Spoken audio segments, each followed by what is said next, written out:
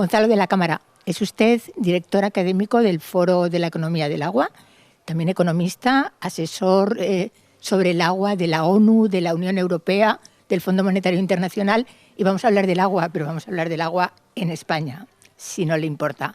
Y vamos a empezar diciendo que no lo hemos hecho tan mal los españoles con la gestión del agua, porque tenemos como más de 1000 pantanos que sin los cuales sería imposible que en estos momentos el abastecimiento, ¿no? Inequívocamente, la gestión del agua en España es una mejor práctica internacional en lo que se refiere a planificación hidrológica. Para que se haga una idea a las personas que escuchen esta entrevista, estamos hablando, por ejemplo, de autoridades de cuenca, confederaciones hidrográficas que tienen más de 100 años. Estamos hablando, por ejemplo, de tribunales para la resolución de conflictos a nivel de comunidades de regantes que vienen de la época de los árabes. Es decir, en algún sentido, España se puede considerar una mejor práctica internacional. Ahora bien, la historia de la planificación hidrológica en España está llena de luces y de sombras.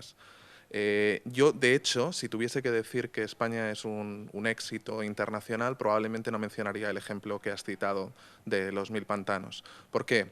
Porque esto lo que indica es una inercia institucional que ha existido para resolver dos problemas básicos que se plantean en países como el nuestro, que tienen básicamente condiciones áridas o semiáridas. Uno es llevar el agua desde donde está a donde se necesita, y esto tradicionalmente se ha resuelto con obras públicas, básicamente con trasvases. La otra alternativa es acumular el agua en el momento del año en el que la tienes para el momento del año en el que la podrías necesitar, y esto básicamente se hace embalsando agua. Y estas dos soluciones han sido soluciones en algún momento necesarias, imprescindibles, que efectivamente han permitido movilizar una cantidad muy importante de hectáreas para el riego, que han permitido desarrollar una potencia turística, que han permitido un gran desarrollo de la generación hidroeléctrica en nuestro país, pero eso no quiere decir que ese sesgo desde el punto de vista de la oferta deba mantenerse en el tiempo. Creo que estamos en un momento en el que deberíamos avanzar en sofisticar nuestras políticas de agua e incorporar gestión por el lado de la demanda. La verdad es que ahora iba a decir eso precisamente, que los planes hidrológicos en España ni han llegado a buen puerto, ni parece que haya consenso. Ya desde la época de Aznar, que se planteó el primero, creo que fue en 2001, se planteó de una manera, en la época de Zapatero se planteó de otra, y al final, ¿en qué estamos? Sí, la gestión del agua, por definición, es la gestión de conflictos. Gestionar el agua es gestionar conflictos de uso. ¿Por qué? Porque el agua es un recurso que tiene una serie de usos competitivos que compiten entre sí. Entonces, nos encontramos con que la sociedad permanentemente tiene que decidir si ese agua lo destina al riego de cultivos o a la generación de energía eléctrica o a la refrigeración de equipos industriales o a la refrigeración de centrales térmicas y nucleares o al abastecimiento humano o al mantenimiento de caudales ecológicos o a la producción de pescado. Toda esta gama de usos están permanentemente entrando en conflicto entre sí. Y no solo los usos, también entran en conflicto los territorios, porque los ríos no entienden de fronteras administrativas, avanzan por una serie de regiones y cada cual tiene la percepción de que el agua que pasa por su territorio, delante de su casa, es suya. Entonces hay una vinculación casi en términos identitarios, casi en términos de soberanía en relación al agua que no ayuda para nada en la gestión. Los planes hidrológicos, la intención por parte del gobierno de la nación de intentar establecer algunos criterios que armonicen una gestión que está básicamente descentralizada en las autoridades de cuenca, efectivamente no han sido muy exitosos en cuanto a la percepción social, ni muy exitosos en cuanto a la consecución de objetivos de la política, no solo de agua, porque no nos olvidemos que el agua es un factor limitante para el desarrollo social y el desarrollo económico. Y además el agua también es vida, también contribuye al mantenimiento de la diversidad biológica y de la provisión de servicios ecológicos por parte de los ecosistemas acuáticos. Entonces, cuando el gobierno de Aznar en su momento planteó un plan hidrológico nacional que incluía muchas medidas, pero una de las cuales generó mucha reacción, que era trasvasar agua desde la cuenca del Ebro al levante español, básicamente a las cuencas del Júcar y del Segura, lo que básicamente intentó establecer fue una política de las que he señalado antes, una política con un sesgo por el lado de la oferta. Llevemos agua de donde en aquel momento se percibía que había a donde en este momento también se percibe que se necesita. No olvidemos que la cuenca del Segura es la tercera cuenca con mayor estrés hídrico de toda la Unión Europea, Si excluimos dos cuencas en dos archipiélagos de Portugal, estamos hablando de la cuenca con mayor estrés hídrico de toda la Unión Europea. Bien, la respuesta a eso fue la derogación de ese trasvase. Ese trasvase fue un trasvase no nacido, nunca llegó a desarrollarse, pero en tiempos del presidente Zapatero, de la ministra Narbona, se desarrolló un programa, el programa Agua, un programa ambicioso que lo que pretendía era desarrollar capacidad instalada para desalar agua de mar. Bien, España en este momento es la quinta potencia del mundo en capacidad instalada de desalación. En total hay aproximadamente 900 desaladoras en toda España, pero de diferente tamaño. El programa Agua básicamente lo que hizo fue desarrollar algo menos de una veintena de grandes desaladoras situadas en el arco mediterráneo, y estas desaladoras se suponía que lo que pretendían era reemplazar las necesidades de agua que en teoría hubiese resuelto el trasvase del Ebro. ¿Cuál es el resultado con el que nos hemos encontrado? El resultado es que esas plantas de desalación están instaladas, están pagadas fundamentalmente con fondos europeos, pero operan al 17% de su capacidad instalada en promedio. Es decir, el país ha sido muy exitoso a la hora de generar incentivos para desarrollar esas infraestructuras. Las empresas españolas son líderes a nivel tecnológico en términos mundiales y compiten entre sí en todos los procesos de licitación que hay en Asia del Sur, en el norte de África, en Oriente Medio, en Estados Unidos, en América Latina, para el desarrollo de plantas de desalación, pero no han sido capaces de generar, o no hemos sido capaces como país de generar los incentivos para operar esas plantas de desalación. Y hay una explicación de por qué es así. Sí, no, y ahora me lo explicarás, pero a ver si resumo un poquito esto. Nos hemos hecho expertos en plantas desaladoras, estamos un poco como exportando el conocimiento y estamos siendo incapaces de aplicarlo dentro. Pero no como resultado de un problema tecnológico. Es decir, los retos tecnológicos que plantean en la desalación de agua de mar o de agua salobre básicamente son dos. Uno tiene que ver con el exceso de consumo energético para realizar esa desalación, y el segundo tiene que ver con el tratamiento de las salmueras, ¿sí?, que hay que vertirlas en algún río. Se podría añadir alguno más, por ejemplo, el reemplazo de las propias membranas que se utilizan en la tecnología más utilizada, que es ósmosis inversa. Bien, en ese contexto, esos retos tecnológicos yo diría que están absolutamente resueltos. Es decir, o se está avanzando rápidamente en la resolución de esos retos tecnológicos. Y efectivamente España, a través de sus empresas de servicios de agua, se ha convertido en experta a nivel internacional para el desarrollo de estas tecnologías y la operación de estas plantas de desalación en otros lugares. ¿Qué ocurre en España? En España tenemos un problema de diseño de incentivos. El metro cúbico de agua desalada aproximadamente puede estar en torno al euro o por encima del euro el metro cúbico, mientras que, por ejemplo, un regante puede sacar agua de un acuífero simplemente haciéndose cargo de los costes energéticos de bombeo, que podrían suponer 15, 20 céntimos de euro por metro cúbico.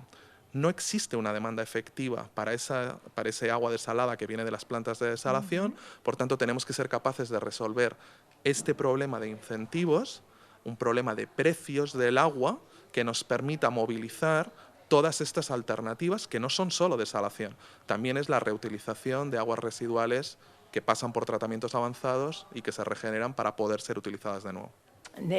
La verdad es que el tema no está resuelto y hace unos días lo hemos visto en Murcia, precisamente ahora mismo es un tema candente, ¿no? El tema del trasvase, de nuevo en Murcia, en una ciudad, en una región como Murcia, que es una de las mayores productoras a nivel de agricultura. Claro, bueno, el caso de Murcia, o podríamos mencionar otras regiones, pero en general del sureste español o del arco mediterráneo, es un problema peculiar. ¿Por qué? Porque se dan una serie de ventajas comparativas que permiten que ahí se desarrollen una serie de actividades económicas para las cuales estamos mejor capacitados prácticamente que ningún otro país. Es decir, tenemos más horas de sol efectiva que la media europea, tenemos en general bastante terreno que utilizar. No olvidemos que España es un país que concentra mucha población en las áreas metropolitanas de Madrid y Barcelona y en algunas otras grandes ciudades, pero el resto del territorio es un territorio esencialmente despoblado. Y además de todo eso, tenemos un coste laboral relativamente competitivo en relación a la media europea. ¿Qué significa esto? Que se dan las condiciones básicas para ser grandes productores de bienes agrícolas. con un pequeño detalle: nos falta el insumo productivo básico, el agua.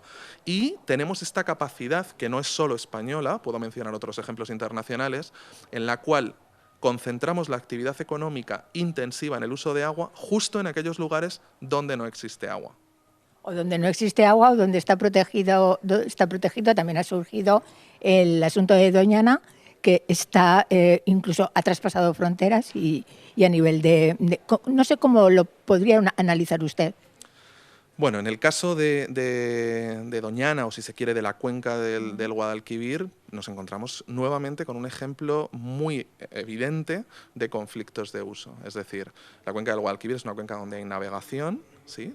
Se puede llegar en barco hasta la ciudad de Sevilla, donde además tenemos un desarrollo urbanístico bastante voraz, donde además hay que mantener el Parque Nacional de Doñana, que es uno de los parques nacionales más importantes de Europa y en concreto aquel donde se concentra el mayor nivel de diversidad biológica de Europa.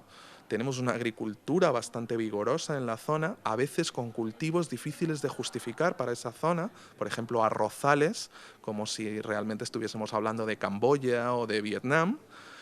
Y además de todo eso, nos encontramos con una serie de dinámicas sociales que hacen que algunas de las presiones que se generan sobre los recursos hídricos vayan permanentemente aumentando, poniendo en cuestión el gran humedal que suponen las marismas de Doñana. Bueno, aquí tenemos nuevamente el clásico desafío. Hay una cierta posición esquizoide en todo esto. Es decir, la sociedad, por un lado, pretende resolver determinados objetivos sociales que son muy legítimos, quiere tener buenos productos agrícolas o quiere tener capacidad exportadora de esos productos, quiere desarrollar actividad industrial, quiere desarrollar sus ciudades y expandir la frontera de esas ciudades hacia el medio rural, al mismo tiempo quiere mantener y conservar los recursos naturales y disponer de agua de calidad. Bueno, todo esto seguramente es posible, pero para conseguir esa solución virtuosa es necesario tomar mejores decisiones de las que se están tomando en este momento. Totalmente, porque al final todo acaba en las decisiones políticas y las decisiones políticas terminan en un cierto populismo de ganancia o pérdida de votos, ¿no? Que es lo que está ocurriendo con la agricultura, el agua y ciertas regiones de estrés hídrico como las que está usted nombrando, ¿no?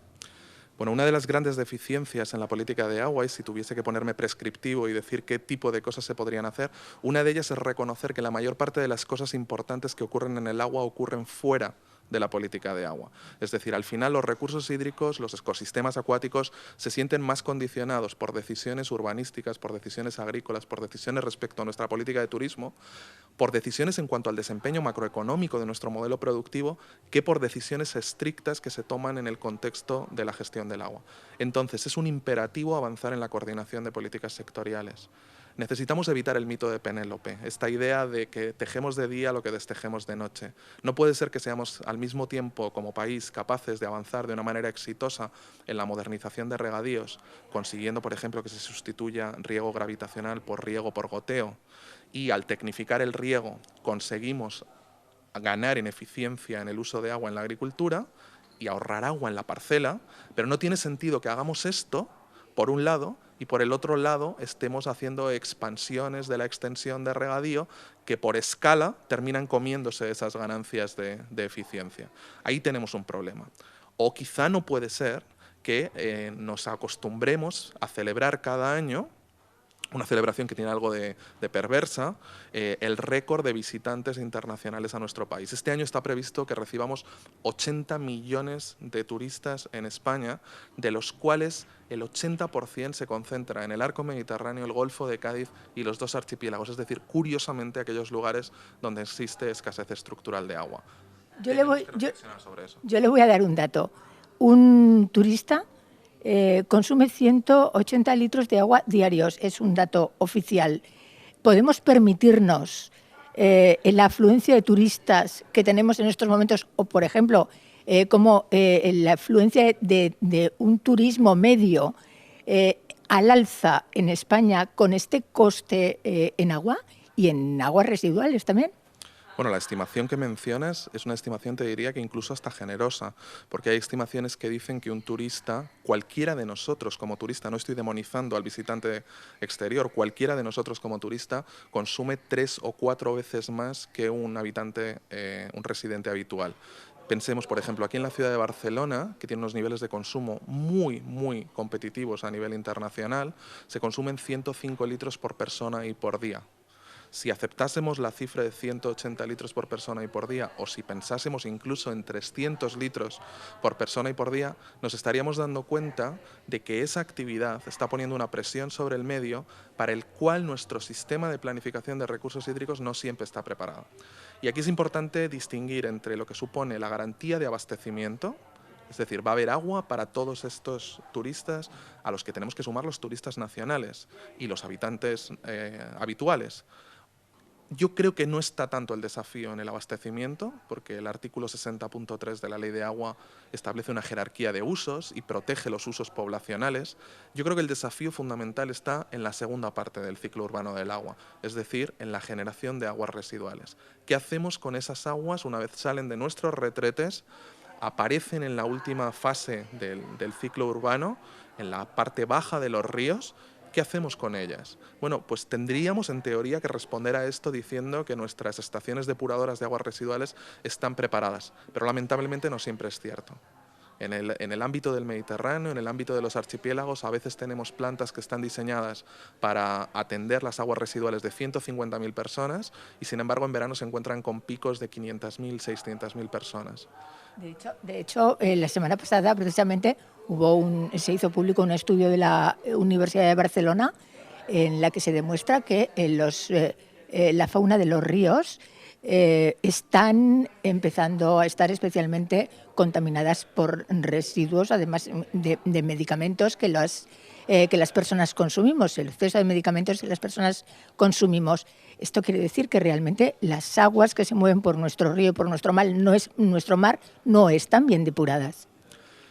Bueno, el caso que mencionas es un caso todavía más complejo. Es decir, nuestras estaciones depuradoras de aguas residuales están preparadas fundamentalmente para atender residuos orgánicos que vienen de nuestro propio consumo humano, ¿sí? El agüita amarilla de los toreros muertos y cualquier otro residuo que procede de nuestro consumo de agua.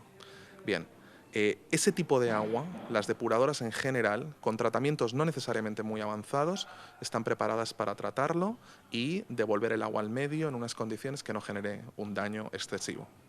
En España se recuperan prácticamente el 100% de las aguas residuales, se tratan con tratamiento secundario el 84% y solo un tercio pasa por tratamientos avanzados. ¿Qué significa esto? Significa que tenemos al menos 3 desafíos más impresionantes que probablemente la persona que nos esté escuchando en este momento no conozca. Uno, todo lo que tiene que ver con los contaminantes que proceden de la agricultura intensiva, fertilizantes, pesticidas, herbicidas, que se utilizan en la agricultura y que por escorrentía natural terminan apareciendo en nuestros ríos o en nuestras redes de tratamiento de aguas residuales. Para esto no todas las depuradoras están preparadas. El segundo aspecto tiene que ver con lo que tú mencionabas. Hay una serie de contaminantes orgánicos, de contaminantes emergentes que comienzan a aparecer. No es que no existieran antes, algunos no existían, pero en general lo que está apareciendo es una gama de contaminantes, microcontaminantes, que aparecen en pequeñas trazas en nuestro agua y que tienen que ver con cuestiones que todo el mundo conoce muy bien. Cafeína, ibuprofeno, paracetamol, hormonas para la fertilidad femenina, cosméticos, detergentes, etc. Todos estos compuestos todavía en gran medida aparecen en trazas pequeñas, pero ya existen estudios epidemiológicos que nos muestran que la exposición permanente tanto de la población humana como de la flora y de la fauna en los ecosistemas acuáticos a este tipo de contaminantes puede generar problemas en la salud a largo plazo. Luego, quiere decir que este es un tema emergente, incipiente, no un riesgo de salud pública todavía, pero un tema a vigilar. ¿Qué ocurre? Que la mayor parte de nuestros sistemas de depuración no están preparados no ya para tratarlos, no están preparados ni para detectarlos, porque aparecen en pequeñas concentraciones que demandan laboratorios especializados. Y el tercer tema es un tema impresionante, que tiene que ver con qué ocurre en aquellas áreas metropolitanas donde, además de existir desafíos en cuanto a la gestión del agua, también hay desafíos por la congestión del tráfico urbano que generan problemas de contaminación atmosférica. Cuando, por ejemplo, en la ciudad de Barcelona se produce lluvia torrencial, que es una característica de las cuencas mediterráneas, y se limpia el cielo, ¿sí? Es decir, se limpia toda la acumulación de contaminación en la ronda de Dalt, en la ronda del litoral, o cuando en la ciudad de Madrid o en cualquier ciudad con altos niveles de contaminación atmosférica se produce esa lluvia que limpia el cielo, la primera hora de agua residual que arrastra esos contaminantes atmosféricos es más tóxica que cualquier agua que salga de nuestros retretes en relación a nuestro consumo humano.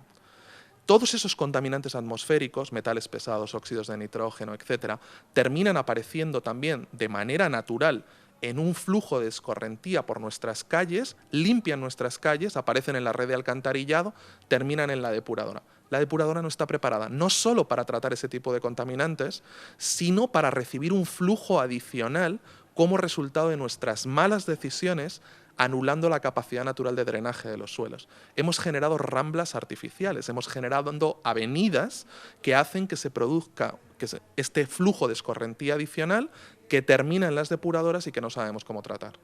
Creíamos que teníamos un solo problema. Vamos a ver, la pregunta en este punto de la entrevista es: ¿las autoridades son conscientes de estos problemas de presente ya? O sea, que parece que queremos enfocarlos en el futuro, pero esto está acumulándose ya en el agua que consumimos, incluso que consumimos. ¿Son conscientes o no? Yo creo que sí, pero insisto, no hay que alarmar a la población. ¿En qué sentido? No se me ocurre ningún producto de consumo humano que pase tantos requisitos sanitarios como el agua de boca, el agua de grifo, ¿verdad? Por tanto, en ese sentido tenemos que estar tranquilos, hasta el punto de que deberíamos reflexionar. El consumo de agua embotellada, ¿sí?, que es una práctica habitual en amplias zonas del territorio. También cuestionada, por cierto. Efectivamente, pero ese agua embotellada no pasa los mismos requisitos sanitarios que el agua de boca. No quiero decir que sea un peligro para salud pública. Lo que estoy diciendo es que si esa nos deja tranquilos, el agua de grifo nos debería dejar todavía más tranquilos. Pero lo que es importante es reflexionar sobre el hecho de que buena parte de estos temas forman parte ya del conocimiento de nuestros decisores. Nuestros decisores, por ejemplo, lo saben a veces en términos negativos. España incumple 2 de los artículos básicos de la Directiva Europea de Tratamiento de Aguas Residuales Urbanas, y esto significa de facto que hay una serie de procedimientos de infracción abiertos por parte de las autoridades de la Unión Europea contra el Gobierno de España como resultado del incumplimiento de este tipo de directivas. Es decir, somos conscientes de los desafíos, quizá no somos conscientes de la magnitud de esos desafíos y, sobre todo, de las medidas que habría que adoptar para protegernos de estos posibles daños que se podrían producir en el futuro. Déjeme volver un momentito al tema del turismo por cerrarlo. ¿Cómo debería ser nuestro perfil de turista o nuestro perfil de turismo en general para que en este aspecto pudiera ser sostenible? Evidentemente empezamos a tener un problema colateral de afluencia, no por la afluencia de personas, sino por la gestión de nuestras aguas importante. Claro, efectivamente, yo creo que ese es el enfoque correcto. A veces tenemos demasiada autocomplacencia. No se trata tanto de que sea un problema. Nadie podría presentar el turismo como un problema cuando genera el 12% del Producto Interior Bruto del país y genera empleo, y en algunas regiones del país genera hasta el 50% del Producto Interior Bruto. Ese no es el problema fundamental. El problema fundamental es cómo gestionamos esa actividad. Correcto. Estamos hablando de una actividad económica intensiva en el consumo de recursos, no solo agua, genera muchos residuos sólidos, consume mucha energía. Y deberíamos reflexionar, por ejemplo, sobre si no necesitamos modificar nuestro modelo productivo en el sentido de avanzar en eso que se ha dado en llamar economía circular, que básicamente consiste en, si se generan flujos adicionales de aguas residuales y nosotros somos capaces de aplicar, de recogerlas, de tratarlas adecuadamente con tratamientos avanzados y de regenerar esas aguas, las podemos devolver al ciclo. De manera que entonces no estemos devolviendo al medio aguas, al medio que a veces es el río o el mar a través de emisarios, devolviendo aguas a veces poco tratadas o no tratadas, ¿sí?, sino que tengamos la capacidad de recuperar esas aguas a través de proyectos de economía circular que generan una actividad económica de alto valor añadido para la propia economía española y que nos resuelven un problema, porque convierten lo que es una externalidad ambiental, lo que es un impacto sobre terceros, lo convierten en una oportunidad. ¿Por qué? Porque lo convierten en un insumo nuevamente valioso. Aguas residuales que no nos servían para nada, ahora las utilizamos para generar con tratamientos avanzados aguas regeneradas que pueden volver a utilizarse. Y si lo llevásemos al extremo, como se hace en países como Israel o en algunos estados del oeste norteamericano, podríamos incluso aplicar tratamientos avanzados que permitiesen repotabilizar esas aguas y volverlas a utilizar para el consumo humano. En España, de momento, España, que es una potencia europea en cuanto a la reutilización de aguas residuales, pero todavía podría serlo más, en este momento se utiliza básicamente el agua reutilizada o bien para la inyección, para el recarga artificial de acuíferos, o bien para determinados riegos. Bien, podríamos ir más allá. Si el país toma la decisión productiva, estratégica, de apostar por proyectos de economía circular que nos permitan incluso repotabilizar, tendríamos un recurso adicional para abastecer a la población a través de agua que ha sido regenerada y que ahora puede volver a utilizarse. Vamos a hablar de quién gestiona el agua, un tema también complicado, conflictivo. Y esto se lo decía fuera de cámara. Publicó la Universidad de Granada un estudio argumentando, poniendo ejemplos como la ciudad de París o la ciudad de Grenoble, que habían renacionalizado la gestión de las aguas y parecía que les iba mejor. En España tendemos a la privatización de la gestión del agua. Cuénteme cómo estamos, si es posible, cuál de los dos sistemas es más óptimo para nosotros y dígame si la Universidad de Granada en este caso tiene razón. Bueno, todos los expertos que yo conozco de la Universidad de Granada no afirman este tipo de cosas, pero seguramente en ese estudio se hacen ese tipo de afirmaciones. En todo caso, creo que es importante distinguir lo siguiente. Para quien nos escuche es importante distinguir entre el agua en alta, el recurso, el agua de los ríos, por decirlo en términos simples, y el ciclo urbano del agua, los servicios de agua. Bien. Es importante hacer esta distinción por lo siguiente. Primero, es importante conocer que el 70% del agua que se consume en nuestro país se consume en la agricultura. Es decir, estamos hablando del consumo del recurso, mientras que los usos urbanos, que incluyen nuestro abastecimiento como población, suponen nunca más de un 15%. Es decir, estamos hablando de un consumo de agua que es menor en términos relativos, pero crucial en el sentido de que supone un bien de primera necesidad para todos los habitantes. Todos tenemos en algún momento que consumir agua para nuestra propia existencia. Bien, es importante entender que el recurso es un bien de dominio público. La categoría jurídica del recurso agua en todos los países del mundo, ¿sí?, lo reconocen como un bien de dominio público, es decir, establecen la obligación del Estado para garantizar la tutela sobre ese bien. Y esto no está en discusión. Parémonos aquí un momentito. ¿El agua es de todos o no? Porque ha habido empresarios también por ahí un poco que lanzan la idea de que el agua se podría llegar a privatizar hasta el punto de ser propiedad de... Sí, bueno, aquí yo creo que a veces se contribuye al ruido y a la confusión. Yo creo que es importante utilizar un símil para que se entienda bien. ¿Qué diferencia hay entre una persona que tiene una vivienda en propiedad y tiene una vivienda en alquiler? La persona que es un inquilino y que tiene una vivienda en régimen de alquiler tiene muchos derechos. La legislación le permite, por ejemplo, hacer lo que quiera dentro de su casa siempre y cuando cumpla con la legislación y no moleste a la comunidad de vecinos. Puede incluso prohibirle a la propietaria o al propietario que acceda a la vivienda si no autoriza la entrada a la vivienda. Pero hay una cosa que no puede hacer. No puede enajenar el bien, no puede vender esa vivienda. El propietario, por el contrario, hay muchas cosas que no puede hacer. Si tiene un inquilino viviendo, no puede entrar en esa vivienda salvo que el inquilino le autorice, no puede utilizar la vivienda, pero sí puede hacer una cosa fundamental, que es, siguiendo la ley, puede hablar con el inquilino y decirle, oye, necesito vender esta vivienda y me voy a deshacer de ella. Bien, esta distinción es fundamental.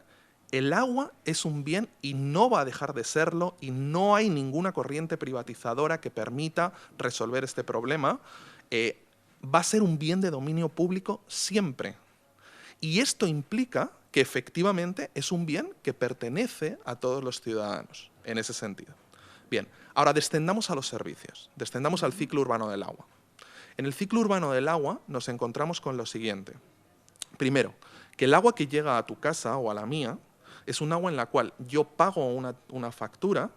Al pagar esa factura me estoy reservando el derecho a que ese agua solo la consuma yo y las personas que yo decida, mi familia, mis amigos, alguien a quien yo pretenda invitar a ese agua.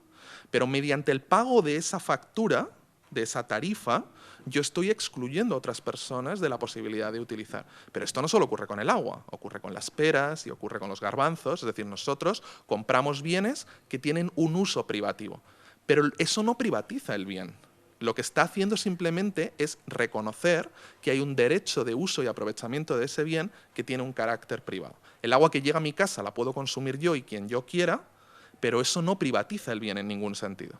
Bien, en términos de competencias, el recurso en España es una competencia de la Administración General del Estado, es decir, en este caso del Ministerio de Agricultura, Pesca y Medio Ambiente.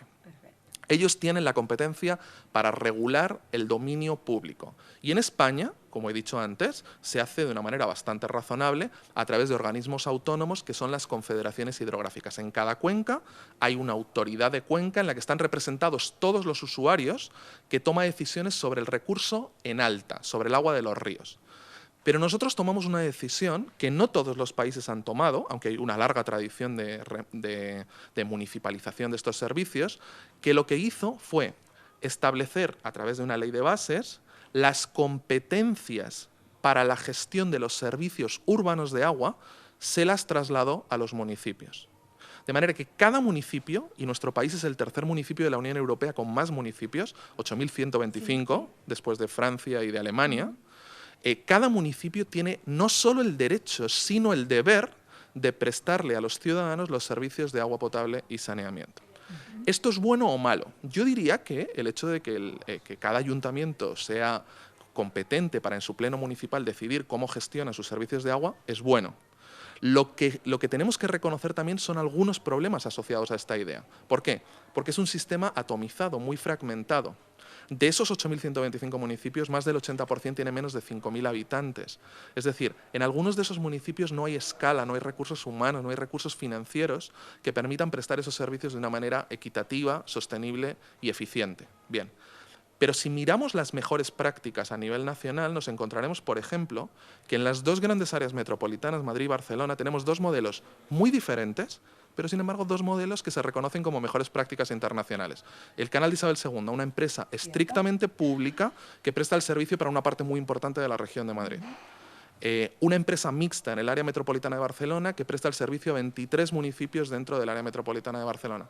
Las dos son reconocidas como empresas que prestan bien el servicio y el modelo de gestión es diferente. Una pública y otra privada. Una es Agbar. En el caso de Barcelona es una empresa mixta que se creó y que lo que permite es que, con presencia del sector público del área metropolitana de Barcelona y con presencia de una empresa privada, se presta un servicio que cumple con las mismas características que el servicio que se presta por una empresa pública en Madrid.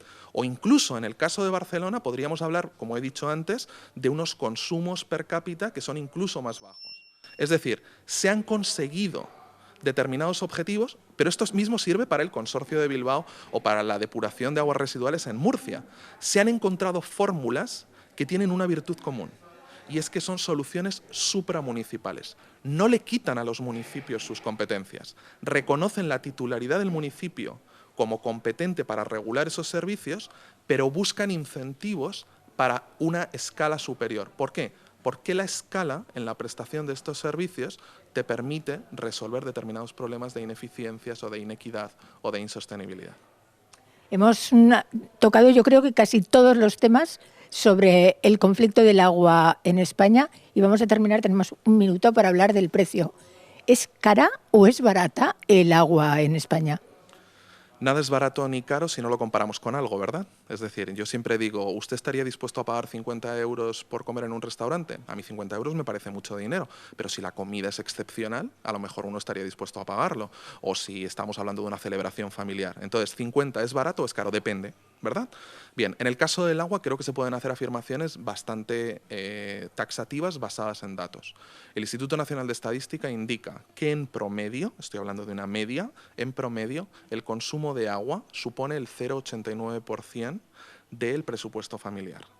Es decir, es mucho menos que el consumo de servicios energéticos, mucho menos que lo que pagamos a las compañías de telecomunicaciones por los servicios de voz y datos.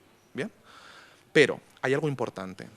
Como resultado de esta atomización, como resultado de que cada municipio toma decisiones a través de ordenanzas municipales y no hay principios únicos de regulación, nos encontramos con asimetrías en los precios, dependiendo de donde uno viva, que pueden llegar hasta estar por encima del 300%. Es decir, por ejemplo, si uno vive en Palencia, estaría pagando en torno a los 150 euros al año, y una familia tipo, con un consumo tipo, etcétera. Y si hacemos esa misma comparación con Murcia, nos podríamos encontrar con que a lo mejor están pagando 500 euros al año. ¿Bien? Esa asimetría, en parte, es lógica. ¿Por qué? Porque la disponibilidad del recurso en alta, en Palencia y en Murcia, no es equivalente, ¿verdad? En aquellos lugares donde el agua es más escasa, hay que hacer un esfuerzo superior para obtener ese agua, tratarla y ponerla al servicio del ciudadano. Pero hay una parte de esa distorsión en los precios que tiene que ver con esta lógica entrópica, perversa, yo diría que absolutamente ineficiente, según la cual cada ayuntamiento se siente libre para establecer una serie de tributos que están entre el coste real de prestación del servicio y el precio final para el ciudadano.